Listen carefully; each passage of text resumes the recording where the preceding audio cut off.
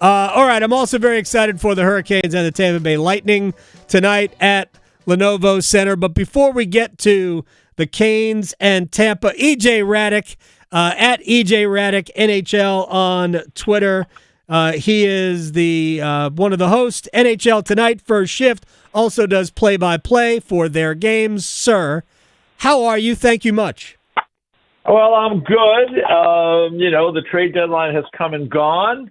So, are you rested? Are you rested after all of it? Yeah. Listen, it's kind of like I learned early on from the real veterans in the business. They would take a break between the trade deadline and the end of the regular season. They would take, if they were going to take time or go on a little vacation, they would do it in that window.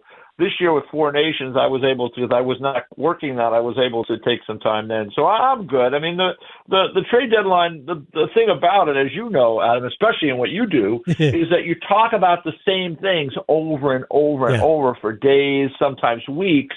And then when the trade deadline does come, it kind of refreshes everything, because now we're set. And now the conversation turns to, the playoff chase and awards races, and then who's going to play who and who's going to win the cup. So we get kind of a new dialogue moving forward. EJ Hradek is joining us here. All right, give me your biggest winner of the trade deadline. All right, hold it. We got to start, Adam, by talking about this Rantanen situation, because you and I have texted about it. Yeah. We talked about it. And, first of all, how are you? And what's the sense you get there in your market? I'm going to interview you just for That's fine. Question about this. Yeah, because I'm just curious, because, I think in the end, like if I'm a Canes fan, I'm disappointed, I guess, that the guy doesn't sign with me, but, it didn't turn out that bad. You took a shot. It didn't work. See, why isn't that more the narrative here? Because that's what I think. I give them credit for trying. Clearly, they either had information that was incorrect that he would consider signing, because I don't think they make that move if they didn't believe that they could sign him, because that's what Eric Tulsky said at the very beginning of this. He said, and I've never believed that this was an all-in move as it's been characterized. I always thought this was about Rantanen, not just for this year, but the next 8. And it didn't work, and I think at the end of the day, maybe the best way to look at it, and certainly is favorable to Carolina to look at it this way, Drury, Natchez, and a second for Taylor Hall, Logan Stankoven, 2 firsts and 2 thirds.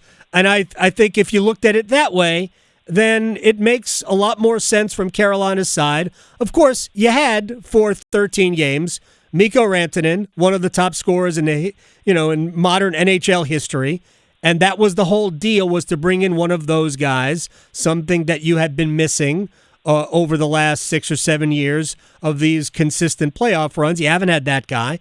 But it didn't work out. So they did the best thing they could for them. And it was clear. I kind of knew by Four Nations, that it wasn't going to work out with Mikko. So they had to get what they could. And I think they did fairly well. I don't think they did great, but I think that they did fairly well in kind of recouping the assets and getting a good young player who can fit. Yeah. I tend to agree with that. I think that Stankoven, I agree with the assessment. I don't know who said it, if it was the general manager, the coach, I don't know who said it, but I think Stankoven is really can be a perfect Carolina Hurricane. He plays like a dog on a bone. He's straight ahead player. I think he'll fit into what they do. He already had a goal the other night, and I think a power play goal too. I think he will do that as long as he can in his career. I just do think he's not the biggest guy. Right. And with players like that, inevitably they break down, because that's just who they are. I've seen it happen with Ryan Callahan, just played his heart out all the time. Eventually the body breaks down. Brendan Gallagher in Montreal is back now, but he's had his challenges, and that's just who they are. And listen, I hope for Stankoven that never happens, and he plays 20 years and has an unbelievable career. But the history tells me that guys that are that kind of size and play that way, eventually that happens. But in the interim, you got a really talented young guy that I think is going to get a chance to play higher in the lineup than he did in Dallas, and he's going to be excited by that, and I think he's going to be a good fit for the way that Roddy wants to play, and that's going to be good news. And they got those picks. We'll see what happens with that. Those are usually later first-round picks, so I'm not always enamored with that. I like having tangible players that I know who they are, as opposed to picks that that in some eras of the NHL would be second-round picks. So that's true, yeah.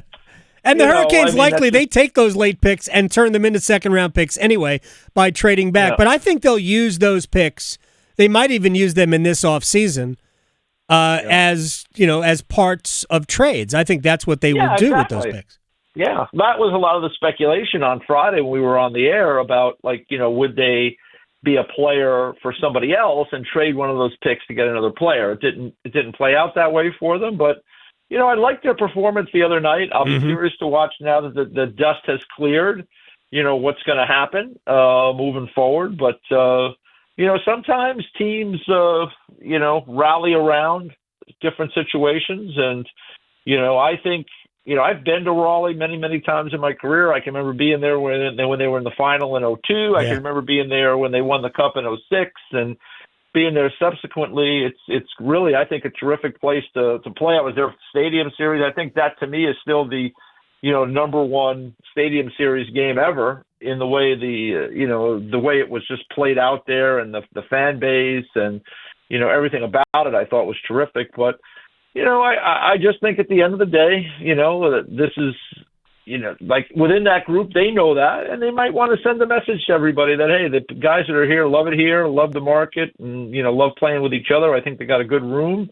They still got some areas that I've always felt, I'd love to see them have a better second center. I'd love to see them, settle on goaltending one way or the other. It's been kind of an up and down, especially in the playoffs. But, it's a great place to play, and we'll see how things go, during the rest of the season. I think they're kind of locked into that 2 spot right now. I thought they were locked into a series against the Devils, but apparently not, because the Devils have had some injury issues and some challenges. But, we'll see how that goes. But I'll be curious to see how they finish down the stretch and, where it goes in the postseason. But, at the end of the day, they took a shot, and I'm all for teams being bold and taking opportunity. I think where they get criticized is some would say, well, you have to have, that you have to have the guy signed. Like Dallas wasn't going to make that deal unless they could get him signed, right?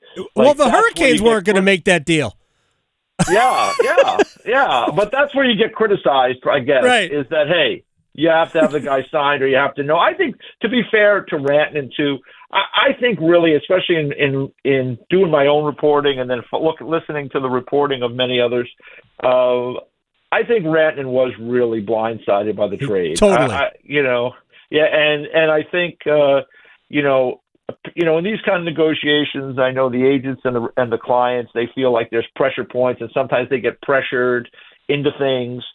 And I didn't think I just don't think he thought he was going to get traded in January, and that's how it played out. And, he never really had that opportunity, I think, in Carolina either. There was no, from what I can remember, there was no long homestands there. He had the Four Nations break. No. It just, there was a number of things that conspired against that. And, in the end, we all move on. And I think Carolina's still got a good team, and they're positioned to make other moves as they move forward. Yeah, there's no question. I had just outlined Carolina's got $36 million in cap space next year, and only about 6 or maybe 7 players at most to add to the NHL roster. They're in a great spot. It's not a great year for free agents, so it will likely be through trades that they will enhance the roster, and that's fine. Let me ask you, this is something else that I talked about leading up. Like, even if they were to just trade Rantanen for futures, and they sort of did. Logan Stankoven has still got 1 more year left on an entry-level contract. So it's really trading for prospects and picks. I mean, if you look at the Eastern Conference right now, the Atlantic Division side, that's the side you don't want to be a part of. No. Because I still think, I've said it all year long, I know Florida's got injury issues, and now they have the Aaron Ekblad situation, which is going to keep him out for the rest of the regular season, plus 2 playoff games because of the performance-enhancing drug test. But Florida's the best team. I think Tampa's the second best team, and I think Toronto's the third best team. And I don't know who in the Metro, whether it's Washington, who has had a great year, or even a good Carolina team playing the right way. I mean, I don't know who's fourth, but it might be Carolina, it might be Washington. I'd much rather be on the Metro side, and I think Carolina without much trouble, because winning a playoff round is hard. But I think Carolina could win 2 playoff rounds. I would not be shocked if they're in the Eastern Conference Finals, status quo. Yeah, I think you're right about that. I think also Washington probably feels the same way. Yeah, the way they played this year. And so I think both of those teams at the top of the Metro are positioned to play in a second-round series, and the winner is in the third round, is in the Eastern Conference Final, right? And when you get to that stage, who's healthy, who's, you most likely haven't had to go through the gauntlet of the Atlantic. I mean, when you think of the Atlantic Division, Adam, as I look at it right now, the team I don't want to be moving forward right now is Boston.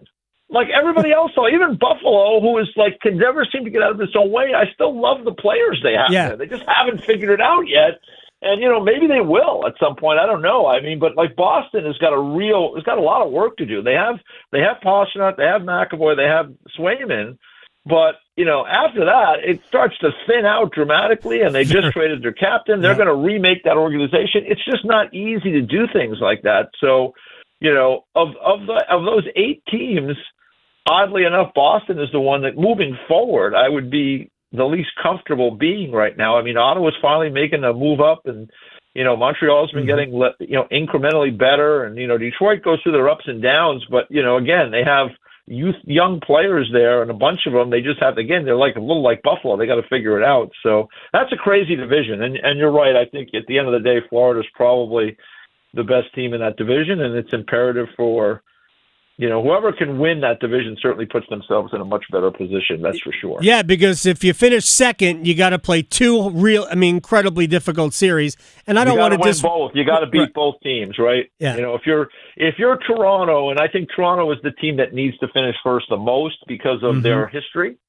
For Toronto, if they could finish first, they will only have to beat one of those 2 teams. If you finish second, you'll have to beat both. And I think even if you do that, and I think we saw it last year out west with Dallas had to go through Vegas and then Colorado. And although they beat Colorado in 5 games, they needed 7 for Vegas. Those kind of high-intensity, high-tempo games just take a lot out of you. So I just think it makes the path that much more difficult. EJ Hradek is joining us here. Final thing before I let you go, because you alluded to the Devils. We thought it was going to be Carolina and New Jersey, but Columbus has 2 games in hand on the Devils, and it's a 4-point gap, and they play tonight in New Jersey.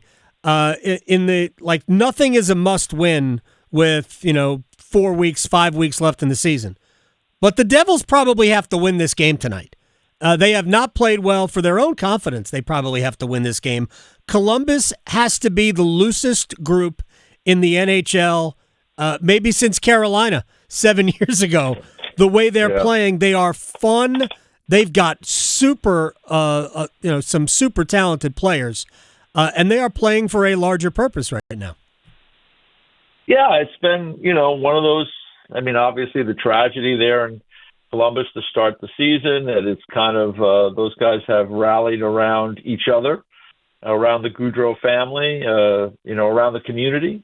And, they had some new people. Donnie Waddell, very well. He arrives there as a new GM. They get a new coach in Dean Evison, and, I've taken the right approach there. It's just they're taking everything kind of one game at a time, one day at a time, and they've been excellent at home. They haven't been as good on the road, but they score a ton of goals. And a lot of these young players have taken a step this year. Fantilli just had a hat trick against the Rangers the other night, and he's been since Monahan has been out. The researchers tell me he's been a point-a-game player, which is really a big step up right there in that situation to really help that team. So I'm going to go see that game tonight over at the Rock, the Jackets and Devils. I think you're right. The Devils need a good performance. Those 2 teams will play again in Columbus at the end of the week, sometime over the weekend. So those 2 games, right, are going to tell us a lot about how things are going to move down the stretch in that spot between Columbus and New Jersey. But big one tonight. And that playoff, those teams. I mean, I guess I got to include New Jersey now in that group of teams.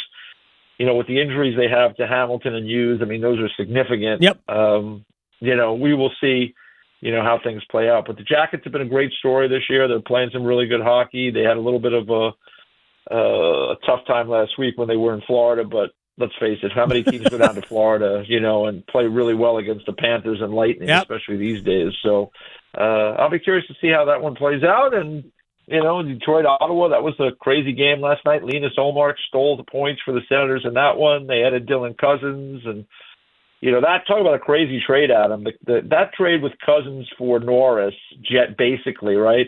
Like, that's one of those trades in the division that they're going to, if it goes bad for one of those teams, I mean, they're just going to have to see that day after day after day for years to come. So I'll be very interested to watch how those two players kind of fit into their new locales.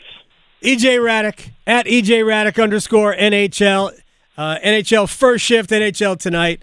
Appreciate your time, sir, as always. We'll talk to you very soon. You can interview me on this show anytime. Okay, listen, I was thinking of you. You sent me a note today, and this morning, and I was thinking of sending you one like over the weekend, or I wanted to give you a few days. Oh no, I'm good because there's a lot happened. But that's what I thought. But you never know. I mean, you just never know. I'm not there and everything, but my feeling was, listen, I like it when teams take shots. They're not always going to work. Washington went out and traded for Dubois. Everybody said, "Oh, what are you doing? It's a crazy his contract." Yeah. He's played really well there. Sometimes you have to take risks. They took a risk. It didn't work out, but I think Stan Coven will be good for the Canes. And we'll watch and see how it goes down the stretch. Should be fun. It absolutely will be. EJ, take care. I'll talk to you soon. All right, you got it, Adam. All right.